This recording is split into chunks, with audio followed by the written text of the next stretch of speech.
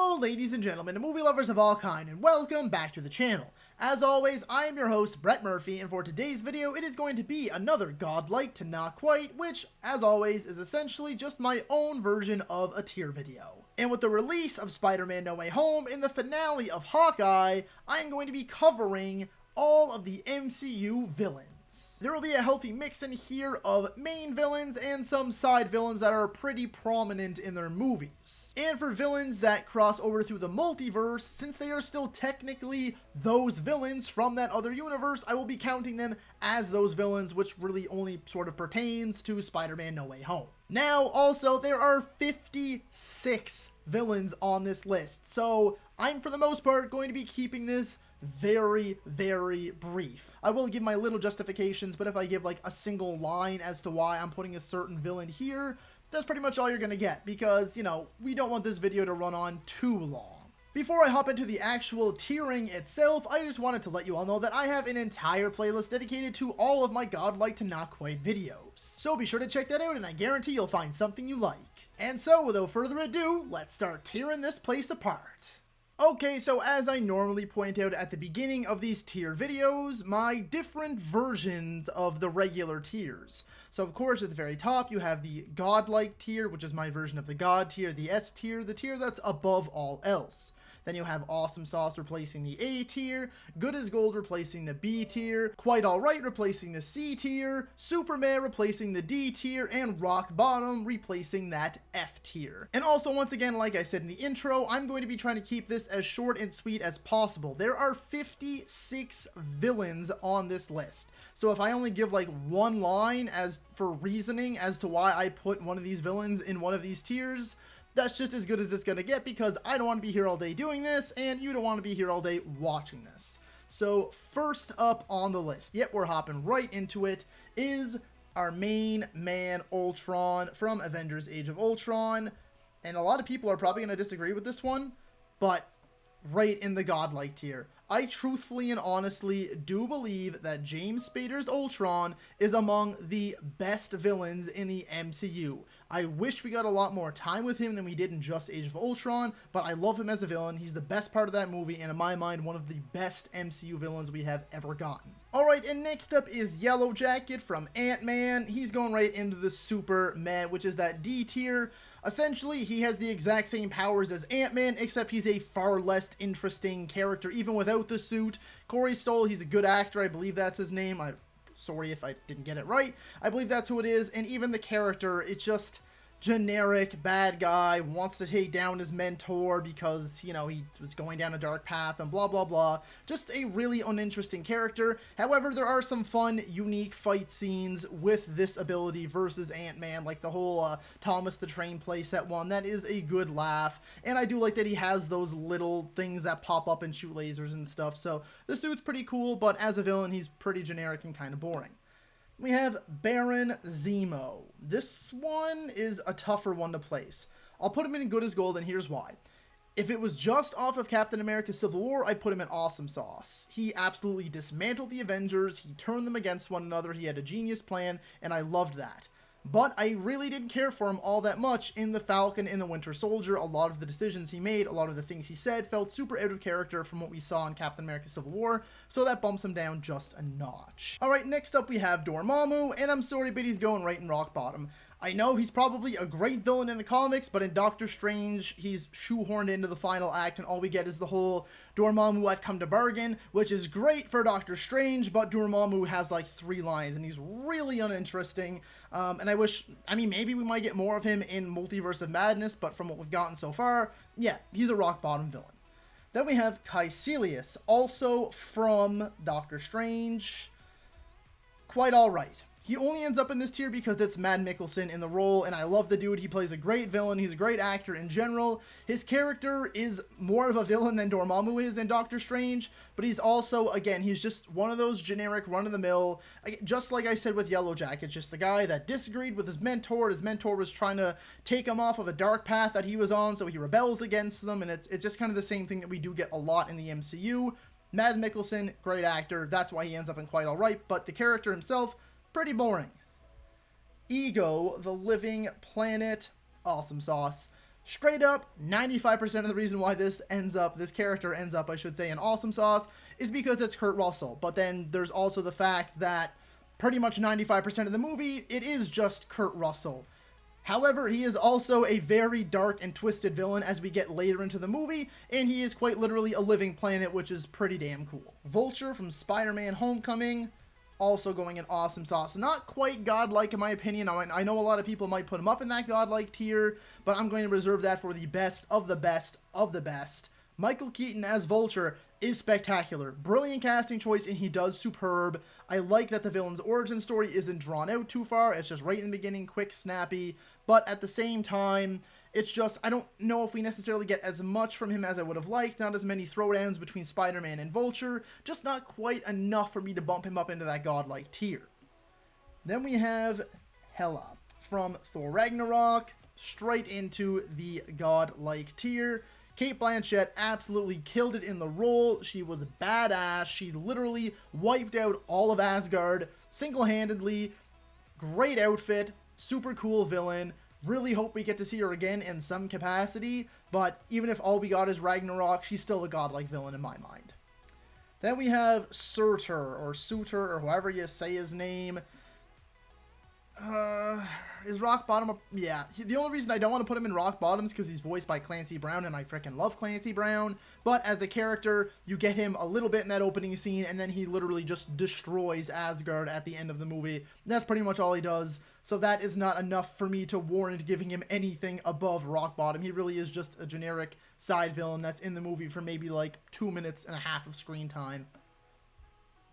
Killmonger, Eric Killmonger, whatever you want to call him. Godlike, obviously. Michael B. Jordan gave us easily one of the MCU's best villains. He's got understandable motives, maybe not the right way of going about things, but he is a formidable foe to our main hero as he quite literally kills him or nearly kills him, and Michael B. Jordan just owned this role. There really was not a better, more perfect casting choice out there for this villain. He crushed it. Well done to him. And I've heard lots of rumors lately about him coming back to play Killmonger, not just in What If, but in a live action fashion. And I'm all for it, in all honesty. I really am. Obadiah Stane from the original Iron Man, also going in Awesome Sauce. The very first true MCU villain that we got, Obadiah Stane, played brilliantly by Jeff Bridges. In the latter half of the film, he does turn into Ironmonger, but it's really just for that final fight. So I'd rather just reference him as Obadiah Stane and show him like this, because this is the true villain of the movie.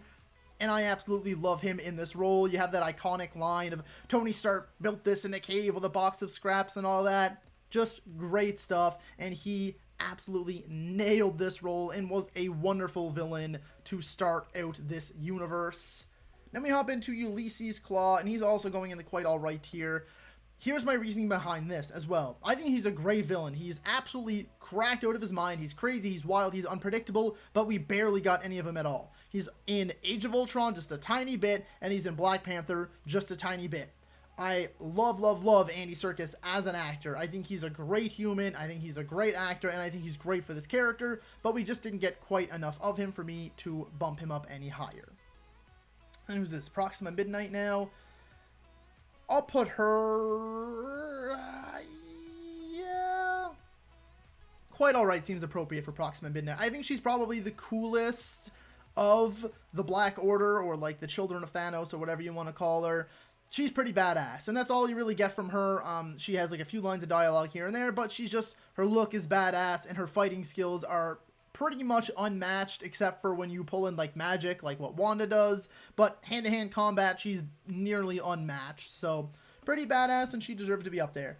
Ebony Ma, also going up there. I mean, he took down Doctor Strange. So, do I need to say anything else? The dude is absolutely a force, and they're lucky they got rid of him in Infinity War as early as they did. Sadly, he's completely and utterly sidelined in Endgame, because he could have done some real damage to our heroes, but what we get of him in Infinity War, even though it's very little, shows us just how powerful he is. Then we get to Corvus Glaeve, and I'm going to put him in Super Meh. He's similar to Proxima Midnight, but I just find him a lot more, like, kind of Weasley and stuff like that. Not Weasley, like Ron Weasley, because I love the Weasleys. He's, like, Weasel-y. Like, he's like a little weasel, like a rat face. And he just, like, I don't like the way he moves and slinks around. However, he does do some damage to the Avengers, Vision in particular. Cool fight scenes in the opening of Infinity War and stuff like that, but just not really a relatively interesting character, kind of boring and stuff like that. I do like his look, his design's pretty dope, but I mean, again, he's just kind of like a rat-faced Weasley character. Cull Obsidian, yeah, I don't even know if I should put him in Superman. I'm just going to put him in Rock Bottom because we could have had some really cool throwdowns. I wish we got to see him versus Hulk, but then the Hulk wouldn't come out. And then we kind of got him versus Hulkbuster, but he just doesn't really do enough. And he has, I don't think, like any lines of dialogue, maybe like a single little bit of dialogue. So there's nothing for me to justify him putting him up any higher than Rock Bottom because he doesn't really do much. He's just kind of an enforcer. And even in that case, he barely really gets anything to do. Thanos, come on. Best villain in the MCU, I would say. And I doubt many people would contest that. The only people that might give him a run for his money are the people that are also in the godlike tier. It's Thanos. He was the big bad. He was the whole reason that the Infinity Saga existed. The whole reason that the Infinity Saga is called the Infinity Saga. He's got the Infinity Gauntlet. He snapped, wiped out half the universe. Then he came back in another form in Endgame. You know how the story goes. Josh Brolin, you're the man. You crushed it. Wonderful job. He was the big bad. Now we're on to the next big bad that we're going to have phases upon phases, a decade plus of movies again, but we were all building towards him in Endgame. We got him. He delivered, obviously. Crossbones, I'll put him in Super Meh. Here's why. I like the outfit. We technically got him in the Winter Soldier. Frank Grillo is a badass in real life. This dude's a real life badass. There's no stunt doubling here for this shit. He's awesome. Frank Grillo. Crossbones sadly dies in like the opening scene of Captain America Civil War. I wish we really got to see him more as Crossbones, and maybe we could, you know, like if there was ever a, I don't know, a season 2 of Falcon and the Winter Soldier or something like that where he got brought back, or in Captain America 4, or maybe we get some flashbacks before he died. I wish we got more of the character because he does give Cap a run for his money in that fight, even if it's only brief, but then he kind of just dies off. So there's nothing for me to say like, oh yeah, he deserves to be above this tier. He only gets into this tier because I like his outfit and Frank Grillo's awesome. Ghost, another one, Superman. So much potential with this character. I like her abilities even if she can't fully control it. I love her outfit. Hannah John Kamen is a great actress, but the character is just boring and does virtually nothing throughout the whole movie. There is so much potential for even just cool fight scenes with this character, but we don't even really get that.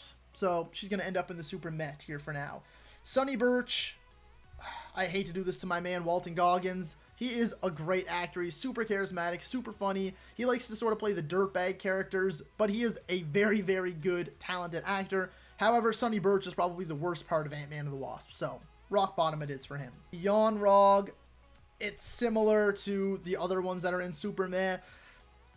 He's just kind of boring. Like, that was among my least favorite parts of Captain Marvel, was Jude Law as Yon Rogg. I thought he was a completely forgettable villain, but at the same time, there are some decent moments early on with Jude Law just being Jude Law, so I don't think he's necessarily rock bottom, because that is reserved for the characters that really do nothing, and he does do a bit of stuff in this movie, so I will put him in the Super Meh for now. Whiplash, also Super Meh. I mean, I don't know if Mickey Rourke could have phoned it in more for this character. He kind of grumbles and mumbles through his lines in a really poor Russian accent. The only reason he ends up here is because I like what he does. Like, I like how he's Whiplash. I like that the scene on the racetrack there when he has his like electric whips. I like that he creates all of these robots to turn on Tony Stark, and his final suit is super badass, even if there's not like a big final fight like we were all hoping for. But there's nothing for me to put him above this tier, aside from it just, you know, it's Mickey Rourke. But again, completely phones it in, so he kind of ends up there. This one, awesome sauce as well. I don't think he's a top tier villain. Here's why, right?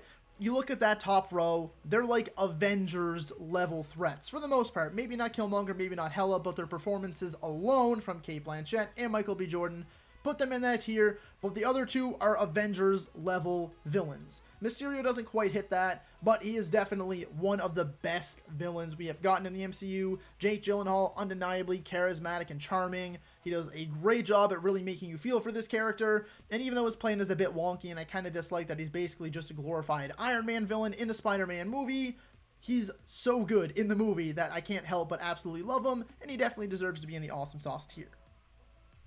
Here's where this list is going to get interesting, and where I think that the dislike button is likely going to get hit the most. Agatha Harkness, I would put her in rock bottom, but I do like a side of her. Agatha Harkness, I think, is a totally, undeniably, disgustingly overrated MCU villain.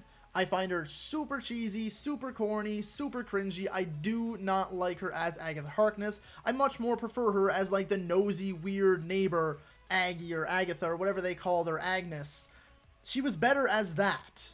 I much prefer her as, like, the nosy neighbor where you always kind of felt like something was off. I preferred when people were theorizing her as Mephisto as opposed to her actually being Agatha Harkness, and I have no idea why she's getting her own show. I think she's completely undeserving, and that's nothing to do with the actress. I believe her name is Catherine Hahn, or Han, however you pronounce it. She's great. She's wonderful in the role. She absolutely sells it, but as a character, I cannot stand Agatha Harkness, so super meh for me. Karli Morgenthau, pretty much the same idea. I think the actress is great, but the character is really given nothing to do. Her motives are so wishy-washy, and just nothing interesting is really ever done with her, and then she kind of just dies, and that's it, so. Kang the Conqueror, but not full-blown Kang. It's He Who Remains, I think. Even though we only get him in one episode of Loki, Jonathan Majors is so wonderfully over the top in the role, and he gets me so excited to see the different variants of Kang and the true Kang. So that to me is justification enough for putting him in the quite alright tier. I won't put him any higher because we only did get him in the one episode, and the entire episode's focus wasn't just on him. A lot of it was, but not the entire thing. So quite alright is good for now. However, whenever I do revisit this villain tier list, I without a doubt in my mind, because of how good Jonathan Majors is, I would not be surprised at all if he eventually ends up in the awesome sauce or godlike tier. Potentially godlike when he actually does become an Avengers level threat. Then we have Ravonna Renslayer, I believe her name is, from Loki. She's just kind of alright. I like the actress. I think she did well with what she was given, but she just doesn't really do enough. You know what I mean? Like, she's not enough of a formidable foe to make me be like, oh yeah, she's as good as, yeah, Ebony Ma or Ulysses Claw or whatever else, even in the tier above her. So, yeah, super meh, as much as I do like the actress, and again, I think she did all that she could with what she was given, but what she was given was not a ton. Taskmaster, yeah, and this one pains me. Superman's, like, filling up super quick. Taskmaster, arguably one of the best MCU villains when it comes to, like, video games, comic books, things like that. What they did with Taskmaster in Black Widow sucked, okay?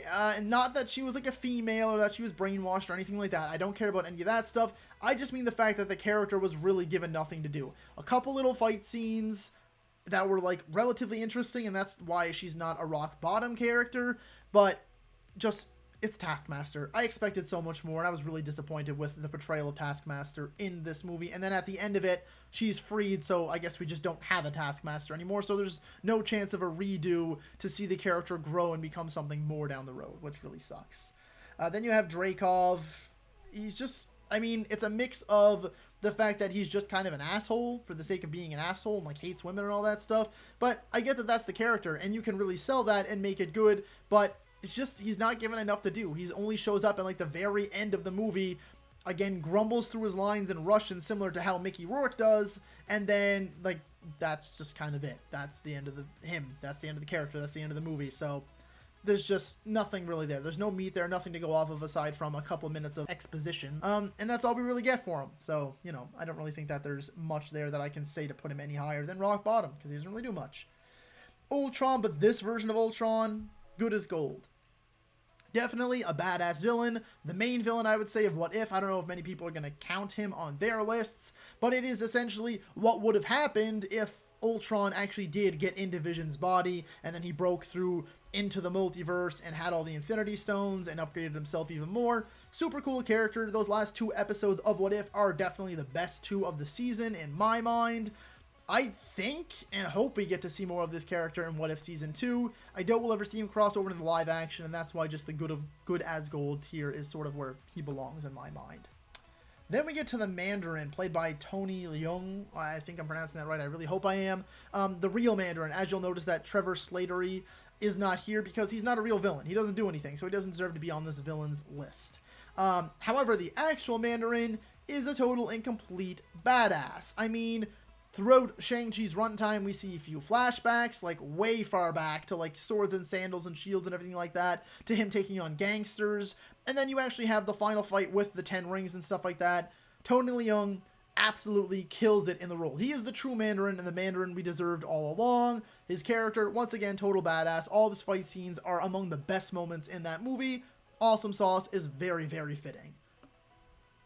Then we get into Crow, I believe his name is. Crow from Eternals. Yeah, rock bottom. And that one hurts because I love Bill Skarsgård. But plain and simply, it's just, why does the villain exist? He doesn't do anything. He's not the main villain. And then when he finally does actually get into a confrontation with the Eternals, yeah, he kills like one or two of them or absorbs their powers or whatever. But when he actually is able to speak and has the potential to become an interesting character, he's killed off almost immediately after. So I don't see the purpose of the character being in the movie at all. Even if you just had the regular deviants in there, that's all you would really need, because this character only kind of pops in and out of the movie and doesn't really do much at all, and I just don't see the purpose of the character at all. Justin Hammer, man oh man, I am so pissed off that we have not had more of him in the MCU yet. There are rumors that he'll show up in She-Hulk maybe, or like Secret Invasion or something like that. I don't know. All I know is that I really hope we get more of him. I mean, Sam Rockwell is one of the best actors of our generation, one of the best actors working today in my mind, and Justin Hammer is probably the best part, aside from Robert Downey Jr. himself, in Iron Man 2. He is so funny. You can't help but feel for the guy being so inferior to Tony Stark and always just trying to play catch up, but he is just hilarious and he is charismatic. I love the character, and I hope we get to see more of him down the road. Now we have Arishem, and yeah, I mean, aside from looking cool and being one of the Celestials and having like a big booming voice and stuff, he's basically just a giant exposition machine that looks really cool. I don't see any reason to put him above the rock bottom tier. Then you have Icarus, who is, yes, I did include him in the heroes list because that was the same weekend that Eternals came out and I didn't want to spoil it for anyone. Now that we're like a month and change past that, I can officially reveal that yes, Icarus is actually pretty much the main villain of Eternals. I'll put him in good as gold. I think that Richard Madden did a magnificent job in the role. He's the best part of the role. He's kind of just like the MCU's knockoff version of Superman with a few other powers and a few other weaknesses, because he can just be taken down pretty easily by the Eternals. He is among the best parts in that movie, and he definitely deserves to be in the good as gold tier, I think. Do I wish we got more of him because he kind of just offs himself at the end? Yeah, absolutely. I'd love to see Richard Madden come back as this character, and maybe we will, because we know that the Eternals have been made multiple times, I think, or their memories wiped, or their core memories are still out there or whatever. So there's potential that he can come back, and I would love to see him come back either in the capacity of a full-blown villain again, or maybe we get a hero version this time. But either way, good as gold seems fitting for now. I was debating on whether to include this one or not, but since the Hawkeye finale is officially out, I am going to include it, and I am going to be mostly discussing his version in Daredevil, since we don't really know how different of a version he's really going to be until we see the story play out more. Vincent D'Onofrio is the perfect embodiment of Kingpin, whether you're talking about the animated 90s Spider-Man Kingpin or the comic book Kingpin or any version of Kingpin. Vincent D'Onofrio perfectly embodies the character and is well deserving of the awesome sauce category. Now we get into Electro, Jamie Foxx's Electro. This one's a tough one too. I'll put him in good as gold. I liked the version that we got in No Way Home. I do prefer the blue look. A lot of people are going to argue with me on that one. I do prefer the blue look. I think it's much cooler. I think the character is much better. The Max Dillon story, I think they had the right idea, because I feel like a lot of people do feel that way. They feel brushed aside by society. They feel unseen.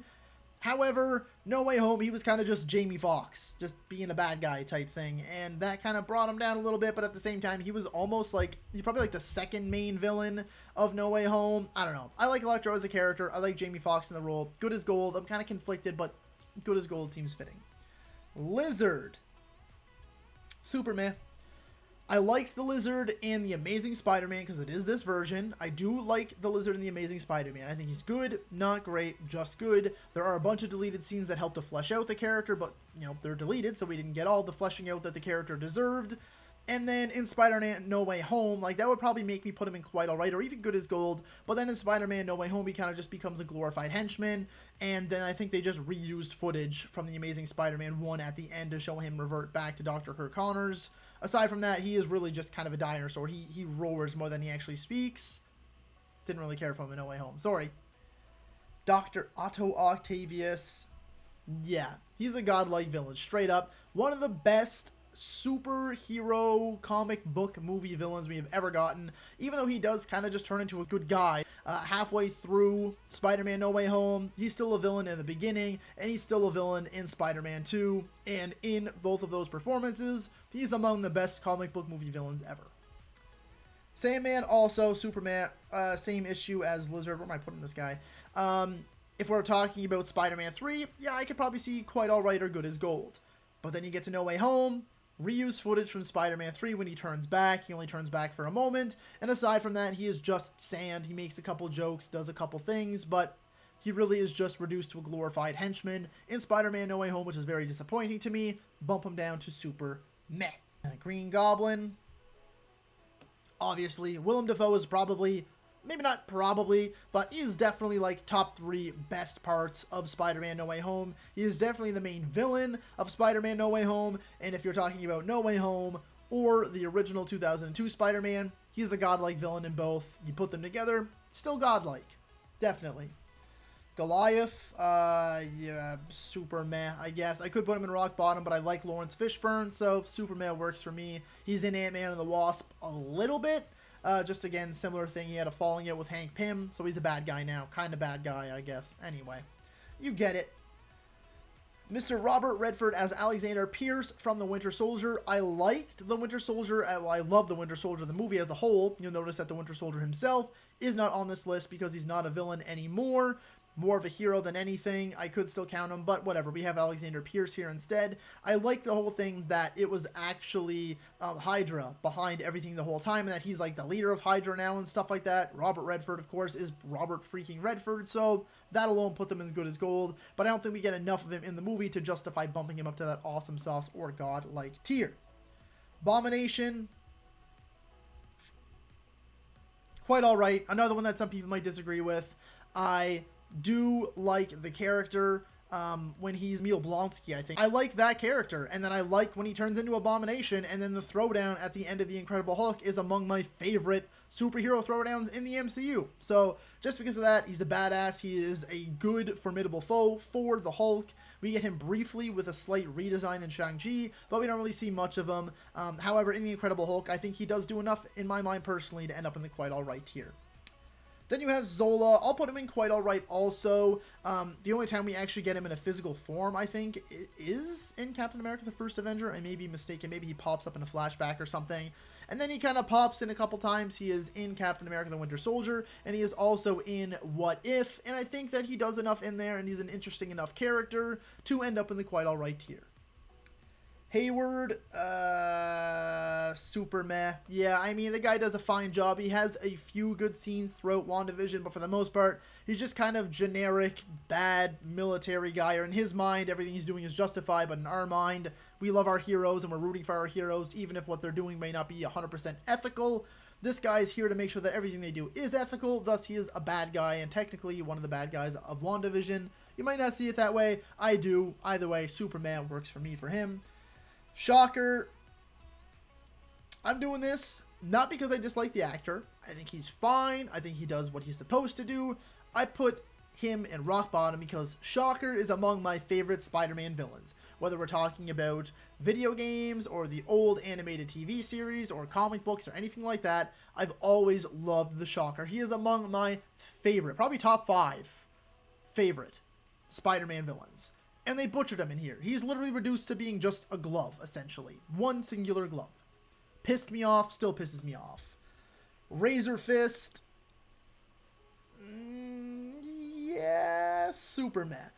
Pretty much only because I like the guy as Ivan Drago's son in Creed 2. The character, the bus fight scene is super badass. Most of that is, because of Shang-Chi himself, but I do think the character's alright, and then when he kind of transitions to being on everyone's side to fight off all those, demon bat things in the end of the movie, kind of a good guy, kind of funny, interesting, few good fight scenes here and there, so, Superman, good enough for me. I don't think he's a rock-bottom character, so yeah, Superman, justifiable. Dweller in the Dark, or Dweller in the Darkness? Yeah, no, rock bottom. Why? It's just kind of a giant evil dragon, and then they kill it. It's supposed to be this big scary villain, and then it dies. Superman for Taserface. Some funny lines, like it can be funny. Taserface, it's metaphorical. He's Taserface, ha. He's good for the laughs, and that's why I put him in there. He deserves it just because of how funny it is. It gives Rocket a lot of things to say, poke fun at him and stuff like that. Is he a great villain? No, he really doesn't do much, but a few good laughs from this movie, serviceable enough for me to put him in Superman. The Sovereign, also in Superman. There's a lot of, like, really, well, rock bottom, my bad, no, Superman. Only for this reason, because they are really personality-less, if that's even a thing. The Sovereign as a whole, I use the main girl from The Sovereign, played by Elizabeth Debicki, I believe. She's a great actress, but they're so focused on giving these characters no personality, which I think is the way they're supposed to be in the movie, and that's fine. But I put her in Superman because I think there's potential, and what I think is going to happen in Guardians of the Galaxy Volume 3, since it is confirmed that Adam Warlock will be in this movie, and that is who she was creating at the end of Guardians 2, I think that her character in The Sovereign as a whole will be given a lot more to do in Guardians 3. So she's not quite in rock bottom, because I do like the actress, and I do think she's going to get a lot more to do in Guardians 3. I could be completely wrong, but it's not like Superman's a huge jump either, so, like, whatever, right? Loki, obviously. It's Tom Hiddleston. Some might not see him as a villain anymore. I see him as, like, an anti-hero, I guess. Not full-blown hero yet, kind of like Bucky Barnes, but anti-hero. However, he was the main villain in Thor and the main villain in the first Avengers, so I wasn't willing to take him off of the villains list, and he was like the best part in the first Thor movie and among the best parts of the first Avengers movie, and far more than deserving to be in this godlike tier, like without a doubt in my mind. Red Skull. Another one, people might disagree with this one, but I was going to put him in godlike. Looking at the other villains, I'll stick with Awesome Sauce. Was going to put him in godlike, and that's because I love Hugo Weaving. Hugo Weaving plays a great villain. Red Skull, Megatron, Agent Smith. Hugo Weaving is just the guy to cast if you want a phenomenal villain in your movie, and they cast him perfectly in Awesome Sauce. It's Ross Marquand, I believe is how you pronounce his name, that has taken on the role for Avengers Infinity War and Avengers Endgame, but even just what we get out of him in Captain America the First Avenger is more than enough, and he's far more than deserving to be in the Awesome Sauce. Like I said, I was even borderline there about to put him in godlike, but Awesome Sauce will do. Aldrich Killian, quite alright. I like the idea. A lot of people hate the Mandarin twist in Iron Man 3. I think it's great because it just services this villain more. That he put all this together. He's been planning this revenge against Tony Stark forever. I mean, the guy was borderline at the point of suicide because of Tony Stark way back when. Then he gets shredded, becomes, you know, him, Aldrich Killian, who he is now, and good-looking guy, and then all of a sudden he's breathing fire, he's basically unkillable, set up this giant master plan to fool the entire world, and that, to me, is the signs of a really good villain. However, him, like, those are just his plans, but how often we actually get to see him on the screen, Guy Pearce, not actually that often, so kind of reduced down to quite alright. His plan, great, everything works out great, his fight scenes are pretty cool, but we don't get enough from him as a character. Then we get Malekith, whatever the hell. Thor the Dark World. I love what they were trying to set up with the Dark Elves and all that lore between them and the Asgardians. But Malekith is such a bland, boring villain. He's barely in the movie, and it's just wasted potential with the Dark Elves. So, rock bottom for sure. Ronan the Accuser. I'll put him in quite... I'm trying to look at whoever else is in this list. Yeah, super meh. Ronan is a perfectly serviceable villain in the first Guardians of the Galaxy flick, but he's just sort of generic bad guy. He just wants to be all powerful. He wants the stone for himself, the Infinity Stone. Is it the Power Stone that's purple? I think so. I'm just trying to focus on this right now. Anyway, he just kind of has generic bad guy dialogue. He has his cool hammer, but he doesn't really get to do much in like any fight scenes or anything like that. And again, just kind of generic bad guy dialogue. So yes, perfectly serviceable, but nothing else above that. And I think that's it. So back to me. So that is all for today's video, folks. Be sure to let me know down in the comments if you agree or disagree with where I put each of these villains. While you're at it, feel free to let me know which tier you would put each of these villains in as well. Or if that's far too much because there are 56 characters here, you can just let me know what your top 10 MCU villains are. If you enjoyed that video, be sure to hit that thumbs up button. If you'd like to see more content, consider subscribing to my channel and ringing that little bell icon. That way you can be notified about all of my latest uploads. And as always, stay safe. Thank you so much for watching, and that's a wrap. Hey you, yeah you, if you made it this far, just know I appreciate you, and while you're here, consider hitting that subscribe button.